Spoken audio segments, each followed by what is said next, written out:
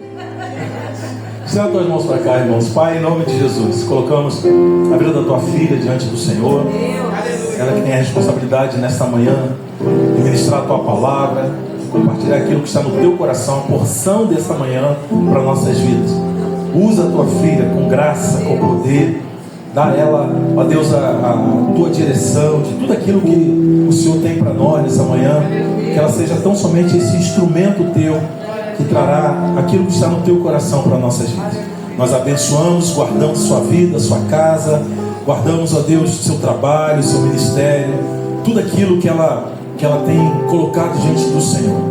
Pai, no nome de Jesus, que a tua serva nessa manhã seja, ó Deus, um canal aberto para o fluir das tuas águas. Nós abençoamos e a cobrimos em oração em nome de Jesus. Amém, queridos? Amém. Amém, amém. Nós começamos hoje num tempo de louvor, de adoração, de oração, né? E isso tudo tem que fazer realmente parte da nossa vida, porque nós não somos daqui, né? Nós sabemos que nós não somos daqui. E a palavra de Deus, ela é o nosso maior tesouro, né? E a palavra é Jesus. A palavra é Jesus. E se a gente despreza a palavra, é como se nós estivéssemos desprezando Jesus. E quanto mais nós mergulharmos na palavra, mais nós vamos descobrir Jesus. E aí, lá em Isaías, não é sobre esse texto que eu vou ministrar a palavra, mas em Isaías, por que eu estou falando isso? Que é Isaías 61, essa passagem ela é linda, né? Diz o profeta, ele anuncia nessa passagem o que Jesus faria. Quem era Jesus? Quem é Jesus? O que ele faria por nós, né? E Jesus, lá em Lucas 4, ele falou: esse sou eu. Porque quando ele entra na sinagoga, ele abre o rolo, né? Ele lê. E ali ele fala: sou eu, né? Sou eu. E para a gente ver como que a palavra se cumpre. O profeta falou sobre Jesus. Jesus, lá em Lucas 4, fez aquilo que o profeta falou. E eu gostaria de compartilhar a respeito disso, porque eu quero me deter num versículo desses aqui. É enorme, né? Mas ele diz que eis que o Espírito do Senhor está sobre mim, porque o Senhor me ungiu para anunciar a boa nova aos pobres.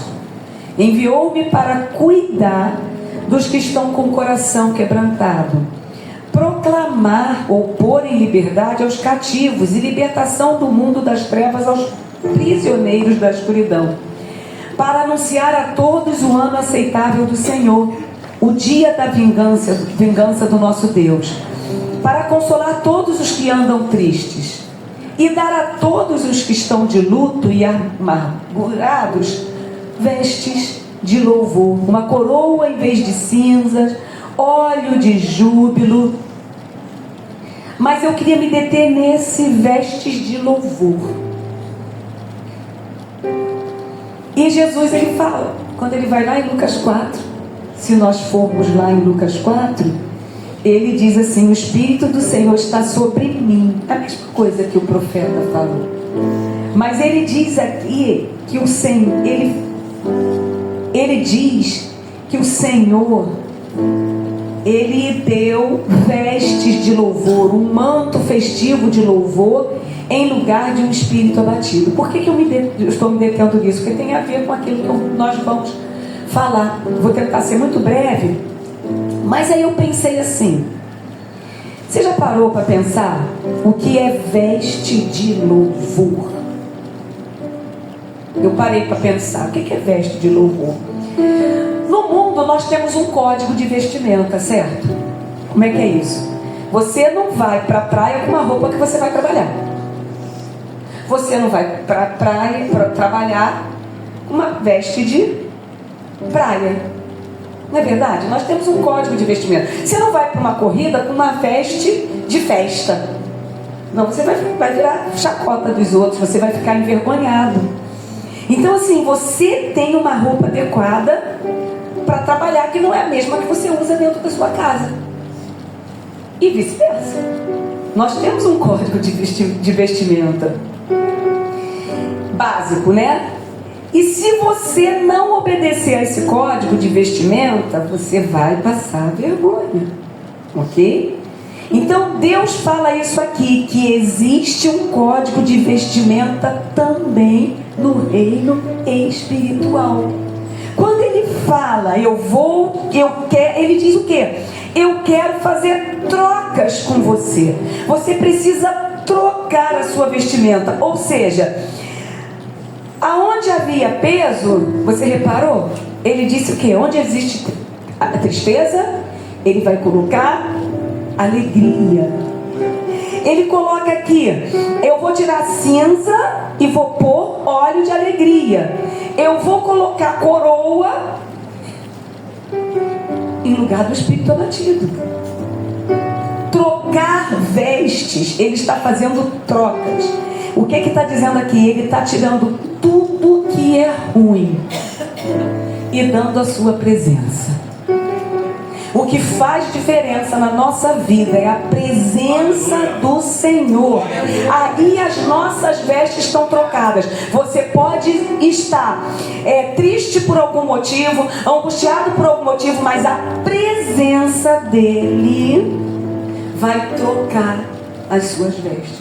Então aqui está dizendo que ele vai dar isso para nós, a presença dele. Então se eu ando sem a presença dele, eu vou andar como? Angustiada, deprimida, enfim.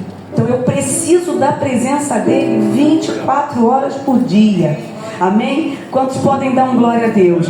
Então, quando ele fala de vestes de louvor, ele está falando de uma roupa. E essa roupa, ela pode não estar sendo vista no reino natural, mas no mundo espiritual, no reino espiritual, está sendo visto. Então, vestes de adoração, né? Então, vestes de louvor é algo que eu preciso colocar todos os dias. E como que eu coloco essas vestes de louvor? Há muito tempo atrás, não vou falar isso não.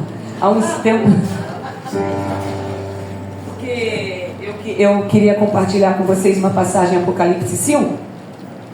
Eu perguntei todo mundo conhecia essa pessoa. Aí Marcão, eu falei, meu Deus, mas nós somos mais velhos, não é possível. Eu perguntei pro Cláudio, não é possível que o Cláudio não conhecesse.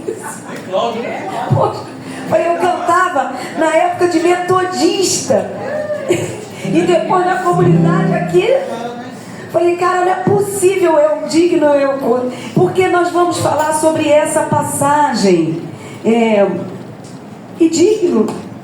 Porque tem uma passagem na Bíblia que eu gostaria de compartilhar com vocês, que começamos a falar na semana passada, em João, né? Diz sobre João, o que aconteceu com João. João, ele foi... Quer esse espaço aqui? Então, quando eu falo de vestes de adoração, trocar as vestes, nós somos obrigados a nos reportar ao céu. E aí eu comecei a compartilhar na semana passada a passagem sobre João. João foi um discípulo de Jesus e ele foi colocado na ilha de Patmos para morrer. Lembra? Essa foi a sentença que João recebeu, uma sentença de morte. Nós todos recebemos uma sentença também. Mas aí, João, ele precisava ver o céu. E ele foi convidado para ver o céu. Ele foi levado para conhecer o céu. E essa é a diferença. Nós precisamos. A gente fala de céu o tempo todo, mas a gente não pensa no céu. A gente não pensa no trono. E quando nós somos levados aos céus, muita coisa acontece. Isso nós vamos ver na palavra. Não sou eu que estou falando, mas nós vamos ver na palavra. Por isso nós precisamos trocar nossas vestes e pensar. Nós precisamos pensar nos céus. O que acontece nos céus quando as nossas vestes são trocadas e quando nós realmente viramos adoradores? muita coisa acontece. E João, ele foi. E ele compartilhou conosco nessa passagem que nós vamos ver. Mas antes disso, eu gostaria de cantar essa música, porque a Bíblia, a gente cantava muito a Bíblia, sabe? No nosso tempo atrás, né?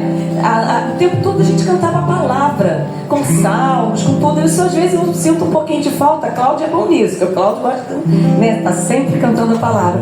Mas essa era uma música tão antiga, né, Marcão? Muito antiga, mas é a palavra. E é o que nós vamos compartilhar hoje. Eu queria que você abrisse sua Bíblia em Apocalipse 5. E foi o que João cantou. Não, o que nós estamos cantando, que João viu. Marcão.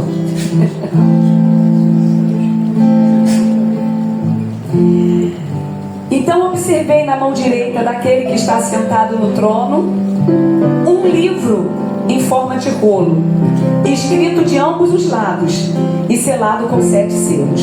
Quando ele foi levado ao céu, João viu um livro que está escrito aqui, escrito de ambos os lados e selado com 7 selos. Vi também um anjo forte que proclamava em grande voz: quem é digno de abrir o livro e de romper os selos? Porque nesse livro, que a gente não pensa nesse livro, a gente não fala sobre esse livro.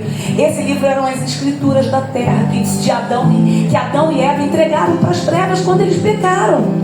E ninguém foi digno de abrir esse livro. Ninguém foi digno. Nem um profeta, ninguém, nem o dinheiro. Que às vezes a gente acha que o dinheiro pode todas as coisas. Nada. E aí nós vamos ler aqui, né? Aqui ele diz: no entanto, não havia ninguém no céu, nem na terra, nem debaixo da terra, que pudesse abrir o livro, ou ao menos olhar para ele. Não tinha. E João, ele chorava muito. Ele se desesperou porque não se encontrou ninguém que fosse digno de abrir o livro e olhar para ele. Mas aí um dos anciãos consolou-me dizendo: não chores. Porque ele entrou em desespero. E ele diz: não chores, pois o leão da tribo de Judá, a raiz de Davi, venceu para abrir o livro e romper os selos. Depois nós vamos continuar lendo, mas lá no versículo 9, quando tudo acontece, eles cantavam um cântico novo: tu és digno de tomar o livro e de abrir seus selos, porque foste morto e com o teu sangue compraste para Deus homens de toda a tribo, língua, povo e nação. Toda a nação. Nós vamos cantar junto essa música e depois nós vamos dar continuidade. Se você não conhece, fecha teu olho, mas se você quiser aprender, digno é. Amém? Vou tocar. Gente, a gente não ensaiou. Não. Confesso que nem eu lembro mais da música. Mas se você não sabe, escuta, é facinho de aprender. É porque faz muito tempo. Os irmãos, você viu que os ministros já estão desesperados aqui, né? Mas assim que é bom. Não tão igual o João, não, mas.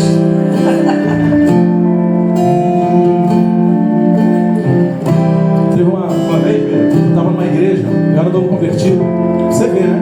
Eu era novo convertido e essa música já era ministrada. E a gente estava no futebol. Aí eu dei uma entrada no cara lá, sempre fui muito bom de bola, né? Não posso fazer nada. Aí eu fui falar com ele, né? Aí ele virou pra mim e falou assim: bota só um retorno pra mim na voz. Ele virou pra mim e falou assim: não vem falar comigo não, que eu não gosto de preto não. Dentro da igreja. Aí eu era novo convertido, tinha uns 2 anos mais ou menos. Aí aquilo, né, eu fiz assim, não entendi muito bem. Lógico, depois eu fiquei sabendo, né, que aquele camarada, ele preciso só de um retorno aqui para Marcelo. Eu fiquei sabendo que ele era um frequentador, né, não era um... Aí eu estava no culto jovem e isso me veio, eu fui pregar e isso me veio na mente, esse texto que a pastora Mira leu, de Apocalipse 5, 9, que Deus, ele comprou, irmão, a todos de todos os povos, língua, povo e nação. Então não tem preto, não tem branco, não tem índio, não tem homem e mulher, todos foram comprados pelo sangue. E eu lembro que eu dei esse testemunho testemunho, irmãos, a igreja foi abençoada. Uma coisa que parecia que veio para ferir, né? Se tornou uma bênção.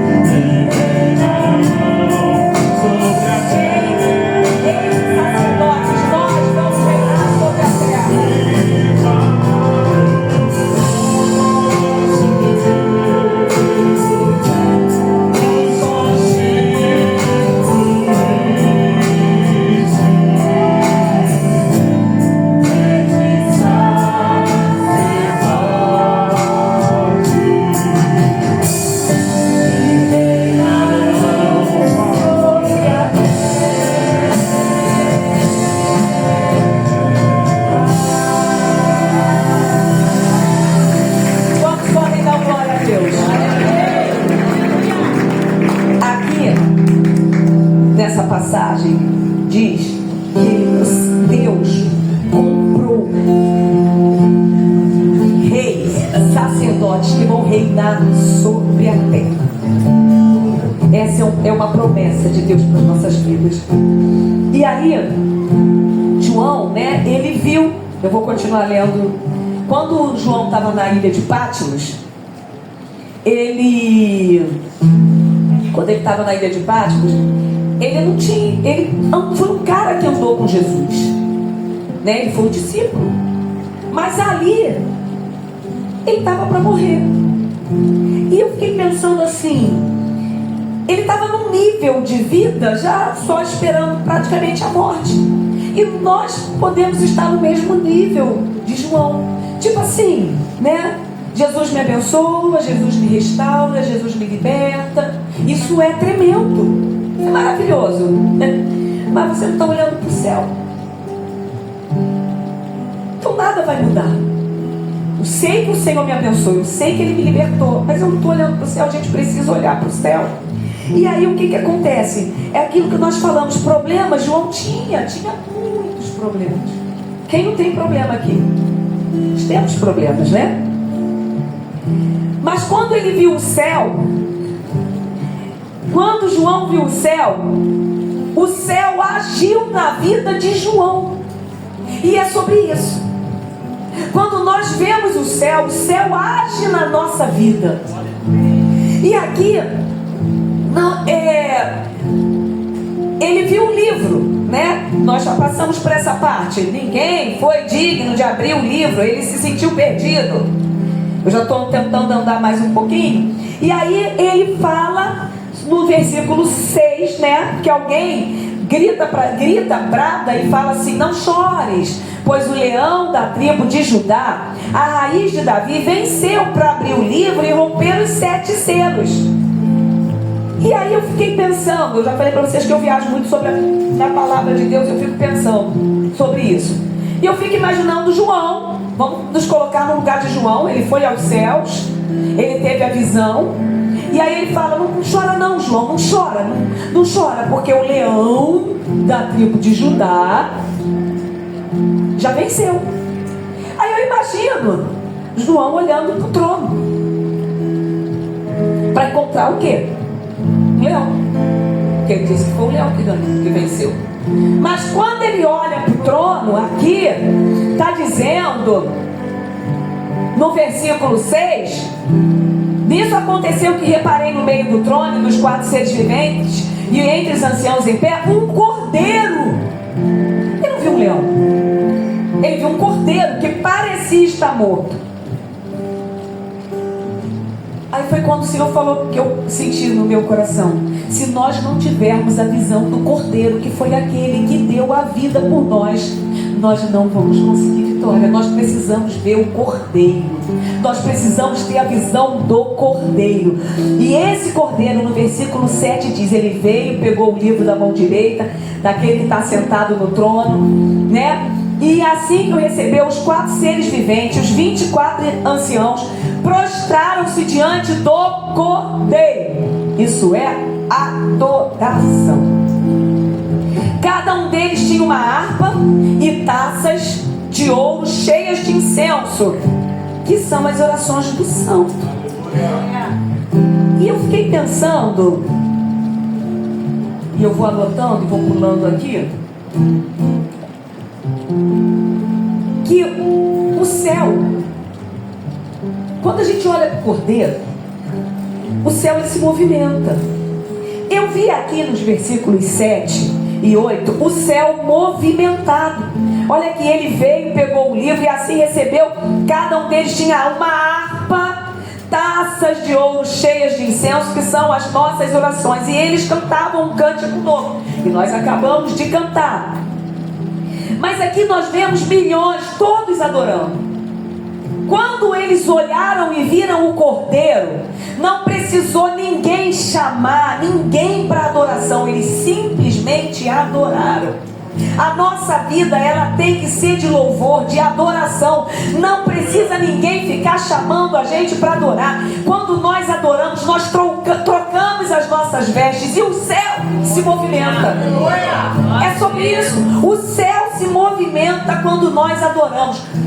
Quando eles estavam aqui adorando, nós vimos que no meio da adoração ao cordeiro tinham as orações. Que orações são essas? São as nossas orações. O céu se movimentando no meio da Então você vai orar e o céu vai se mover. Você vai orar, você vai adorar e o céu vai se movimentar e vai trazer para você a resposta.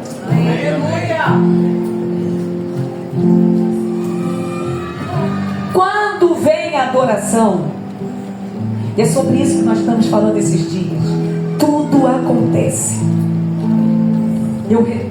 Eu falo novamente, aonde as orações estavam? No meio da adoração, no meio da harpa, no meio de tudo estava a tua oração. A tua oração chegou lá porque teve adoração. Se nós não adorarmos, a nossa oração não chega. Mas ninguém precisou falar, todo mundo simplesmente adorou. E eles cantaram um cântico novo. E quando ele fala aqui, porque foste e com teu sangue compraste para Deus homens de toda a tribo, língua, povo e nação. Eu estou aqui. O Brasil está aqui. Porque fala de todas as nações. O ministério, tudo se fez novo, de Vila qualquer, está aqui. E tu os constituíste reino e sacerdotes. Para quem? Para o nosso Deus. E reinarão sobre a terra. Aqui a gente sabe que você foi salvo porque o nosso Deus constituiu reino, sacerdote, e você vai reinar sobre a terra. Por isso, eu quero declarar que a dor não reina sobre a nossa vida, a enfermidade não reina sobre a nossa vida, a religiosidade não reina sobre a nossa vida, a baixa autoestima não reina sobre a nossa vida, a frieza, a depressão, o que quer que seja, não reina sobre a nossa vida, porque Ele constitui para que nós reinássemos sobre todas essas. Às vezes nós ficamos assim, né, meio que perdidos, mas porque a gente não olha para o céu. Porque quando a gente olha para o céu e adora, quem reina sobre a nossa vida é o Senhor. E eu fiquei assim imaginando também o som do céu, porque lá tinha adoração, a afinação do céu, as harpas. Mas eu garanto que João, ele não ficou olhando para as harpas, para os levitas, para a voz dos... Não, ele ficou prostrado com atenção em quem? No Cordeiro. Quando você presta atenção no Cordeiro, você entende por que João Batista. Lembra de João Batista? Ele foi tão amado por Jesus. E Jesus falou o que de João Batista? Que não teve ninguém igual a ele, porque ele tinha um lema: mais de Deus e menos de mim. Às vezes nós estamos cheios de nós mesmos, mas quando nós pedimos, Senhor, mais de ti, menos de mim. Foi por isso que João Batista, ele foi conhecido por Jesus e amado por Jesus. Então, quanto menos de você e mais do Cordeiro na tua vida, mais perdão você vai dar. Você vai olhar para aquele teu irmão que você fala: nossa, que irmão difícil. Ah, mas ele é tão fofinho, porque o Cordeiro morreu por ele também. Quando alguém fizer alguma coisa contra a tua vida, você vai respirar e vai lembrar que o Cordeiro morreu por ele também. Então a nossa vida, ela precisa ser de perdão, de mansidão, porque quando a gente olha para o Cordeiro, a gente muda as nossas atitudes. O Cordeiro, ele muda a nossa vida. Esse é um exercício, é um tratamento. Às vezes eu estou lá no meu trabalho, acontece alguma coisa, eu tenho que fazer, eu tenho que me lembrar, eu tenho que olhar para o céu, porque o Cordeiro, ele me ensina a ser diferente. Eu preciso amar, ainda que as circunstâncias digam o contrário. Mas quando eu mudo essas vestes, quando eu mudo as minhas vestes, o céu se movimenta e age em meu favor. Eu posso não estar vendo, mas eu tenho a certeza de que o céu age em nosso favor. Lembra de Moisés? Moisés era um cara irritado, era um cara impaciente. Como que aquele homem foi transformado e se tornou o homem mais manso da terra? O que fez a diferença na vida daquele homem? Em Apocalipse 5 diz que os milhões de milhões, quem entende de matemática não consegue nem mensurar o que é isso. Milhões de milhões se prostravam, que significa se dobrar, e adoravam numa sincronia perfeita. Foi o que nós lemos aqui, dizendo que ele era o Cordeiro. Mas aí eu queria que você fosse lá em Apocalipse 15 comigo. Apocalipse 15. Quando uma igreja amadurece, a gente tem um esforço menor, né? Você não vai precisar tocar a música certa para a igreja entrar em adoração. A igreja simplesmente vai entrar em adoração. Quando uma igreja amadurece, a gente não vai precisar ficar incitando a igreja para que venha orar e adorar. Simplesmente as pessoas virão, os adoradores virão. Simplesmente assim.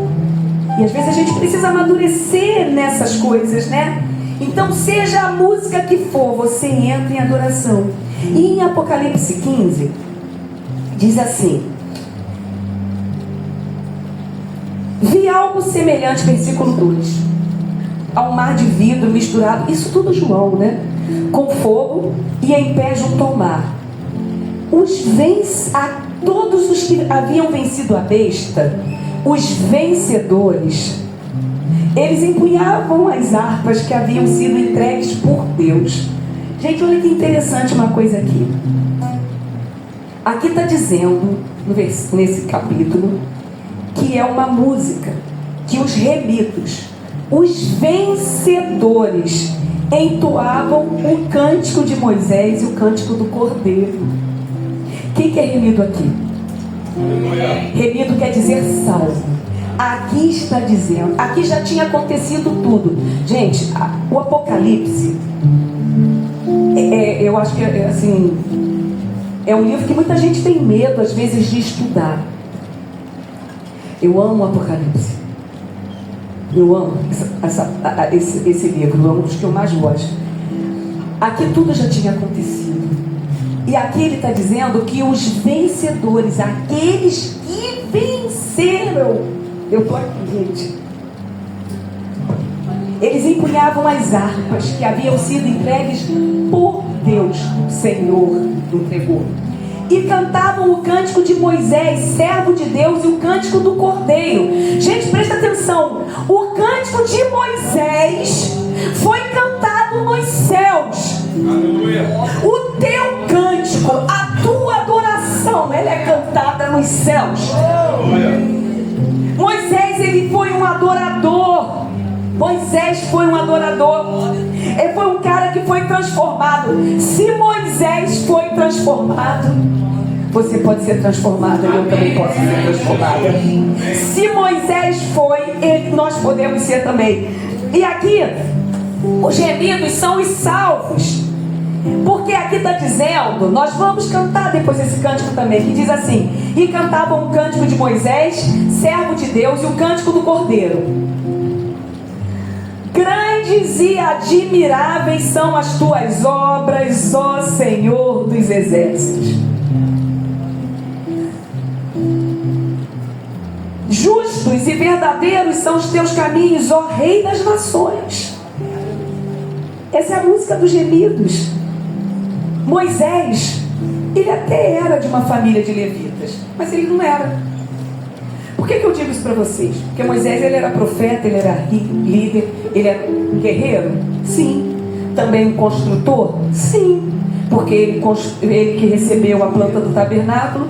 Mas eu nunca vi Moisés com uma harpa na mão, igual a irmã dele, Miriam, que era uma adoradora, uma levita. Eu não li na palavra Moisés tocando harpa como Asaf. Não vi. Mas por que Moisés? Moisés aqui, ó, porque não um outro que tivesse um talento, uma musicalidade, um outro que tivesse uma voz. Por que Moisés, em Êxodo 15, esse cântico de Moisés, ele foi cantado lá em Êxodo 15, quando o Senhor deu vitória? Esse cântico foi cantado em Êxodo 15 e foi cantado aqui em Apocalipse 15. Tem nada a ver o 15, é só uma coincidência, tá? Mas eu digo assim, por que esse homem está lá como um adorador em Êxodo 15 e também em Apocalipse 15? Por uma única questão. Porque existe, gente, a lei da gravidade. Vamos prestar atenção. Todo corpo, se eu pegar alguma coisa, todo corpo que eu jogar, ele vai gravitar, ele vai para baixo, certo? Tudo é a lei da gravidade. Nós sabemos disso, né? E a lei, se você está aqui na Terra, se você quiser viver numa lei da gravidade que seja diferente, você vai gravitar olhando para o céu. A gente precisa ter. Eu tenho uma experiência com a terra, né? Aí tudo vai para baixo. Tenho uma experiência com a terra, eu tenho uma experiência com a frustração, eu tenho uma experiência com as coisas do mundo. Mas Deus quer que você tenha uma experiência com a gravidade do céu. Porque se eu olhar para a terra, tudo vai cair. Mas se eu olhar para o céu, tudo vai gravitar para o alto. E gravitar para o alto é quando eu sou uma adoradora. Porque toda vez que eu adorar, as coisas vão gravitar para o trono de Deus. E é onde tudo vai acontecer. E ele está falando, eu quero que você seja um adorador acima das circunstâncias. Não que você seja esmagado pelas circunstâncias, esmagado pelas coisas que acontecem. E para isso, a gente tem que adorar. E aqui ele diz assim, olha, quando eu falo de Moisés, por que Moisés, vamos pensar na situação de Moisés como um adorador. Moisés, ele não foi conduzido, inicialmente ele foi conduzido por aquilo que ele via, mas ele não foi conduzido pelo que ele passou a ser conduzido por aquilo que ele estava vivendo. Moisés foi receber as tábuas, os mandamentos do Senhor. Quando ele desce, ele viu um povo que estava fazendo o que não devia. Ele ficou 40 dias, dia e noite com o Senhor. Aí ele sobe novamente e fica mais 40 dias ali com o Senhor, dia e noite. Imagina a experiência que Moisés teve. 80 dias, dia e noite com o Senhor. Ele recebeu de Deus, ele viu o Senhor. Deve ter sido assim uma coisa maravilhosa. Só que quando ele desceu, e que ele viu, ele quis continuar com aquela interação com o Senhor. Então quando ele chega e vê aquele povo rebelde que continuava na rebeldia dele, ele fala o quê? Eu não vou perder aquilo que eu recebi, aquilo que eu aprendi. Eu não quero perder a presença. E aí o que ele faz? Ele constrói a tenda do encontro. E todas as vezes, quando ele saía, ele ia para lá.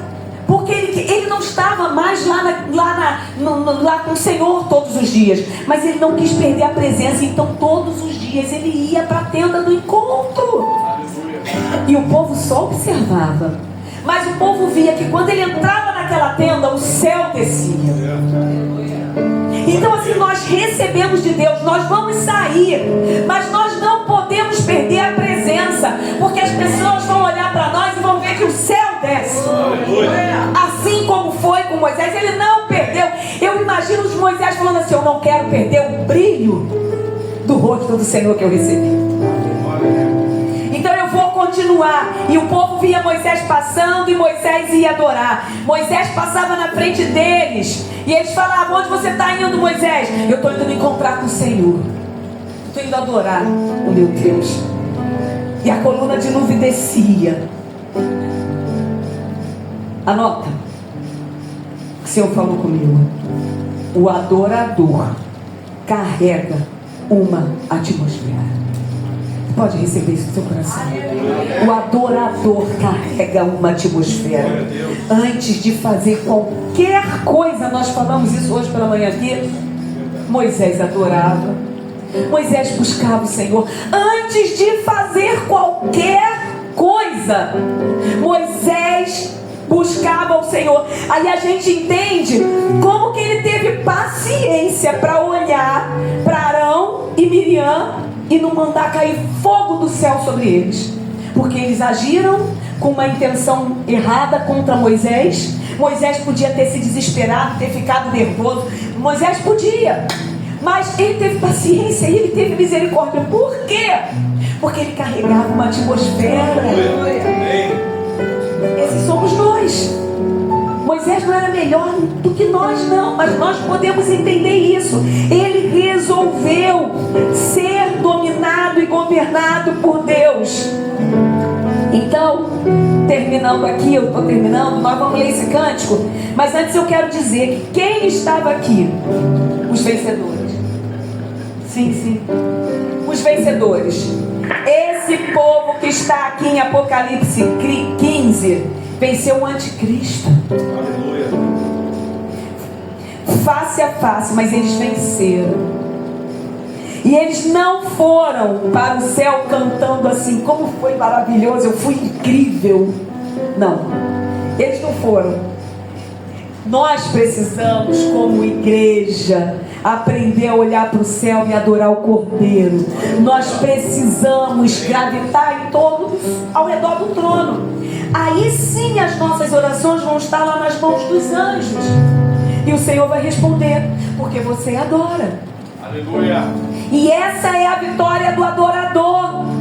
Ele não precisa se esforçar, porque quando ele adora, tudo acontece. Essa é a nossa vitória. Quem é adorador aqui? Amém.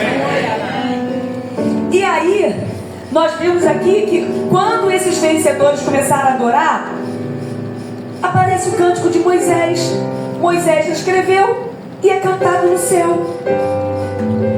Por isso que na semana passada eu falei para vocês, principalmente vocês levitas, que eu quero profetizar sobre a vida de vocês. Eu quero chamar a existência que vocês possam receber de Deus música, que vocês possam receber de Deus talento, mas que a voz de vocês, os acordes de vocês sejam ouvidos nos céus. Amém. Porque vocês são adoradores, e assim as nossas vozes também, como adoradores, sejam recebidas no céu. E eu queria ler junto com vocês, né? Se tem adorador aqui, eu queria que você ficasse de pé com a Bíblia na mão. Nesse capítulo de Apocalipse 15, nós vamos ler juntos, diante do Rei dos Reis, diante dos Senhores dos Senhores. E quando eles viram o Cordeiro, eles se levantaram, se prostraram, cantaram, começaram a tocar. E nós vamos juntos com esse coral celestial também nos alegrar com eles. E no versículo 3 e 4 diz assim: gente, a palavra é viva. A palavra é viva.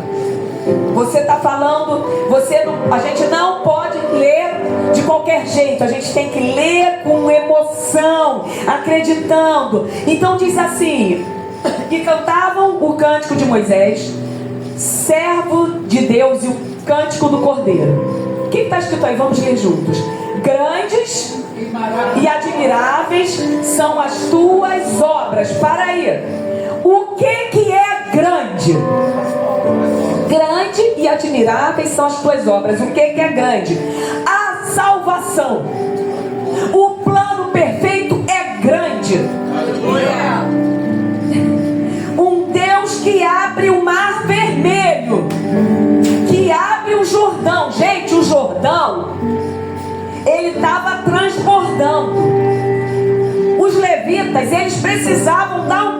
de fé.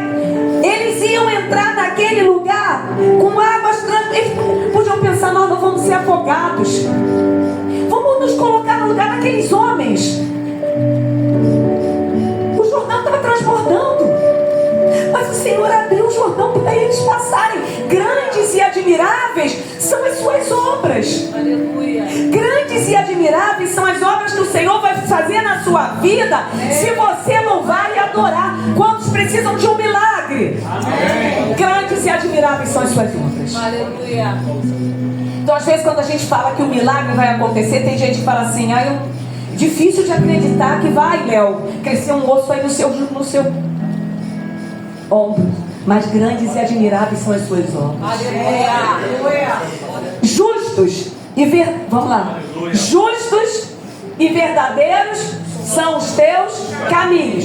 Vocês acham que foi fácil para José entender que era justo ele ir para a prisão?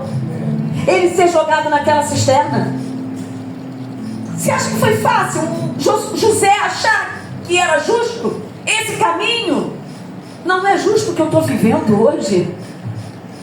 Mas o Senhor, quando ele não deixou de ser um adorador. Ele ficou naquela prisão. As pessoas esqueceram dele. Mas ele continuava entendendo que os caminhos do Senhor são justos e verdadeiros. Por quê? Porque ele ficou daquele jeito. Ele foi levado para o trono e reinou. Foi o segundo depois de Faraó. Aleluia. Eu acho que foi difícil para ele. Mas o caminho de Deus, ele é justiça. E a justiça para José foi o trono de Deus. O que é justiça para a tua vida? Então você pode não estar entendendo o caminho de Deus para a tua vida hoje. Mas eu quero dizer uma coisa para você: ele não erra. Ó Rei das Nações, ó Rei do Brasil. O Senhor sabe o que o Senhor está dizendo nesses dias? Eu não desisto do Brasil. O Brasil é do Senhor, em nome de Jesus. E Deus tem um plano com esta nação. Deus tem um plano com os jovens, com os adolescentes. Nesses últimos dias eu tenho falado assim: meu Deus, o que vai ser do Brasil lá na frente com essa geração? O Senhor, ele não erra. E quando nós temos filhos, às vezes eu fico pensando: o que vai ser dos meus netos lá na frente? Porque a gente está vendo que o mundo está indo de mal a pior. Mas o Senhor fala para mim: é a minha geração, é a geração que vai reinar sobre a terra e que vai falar do meu nome. Aleluia.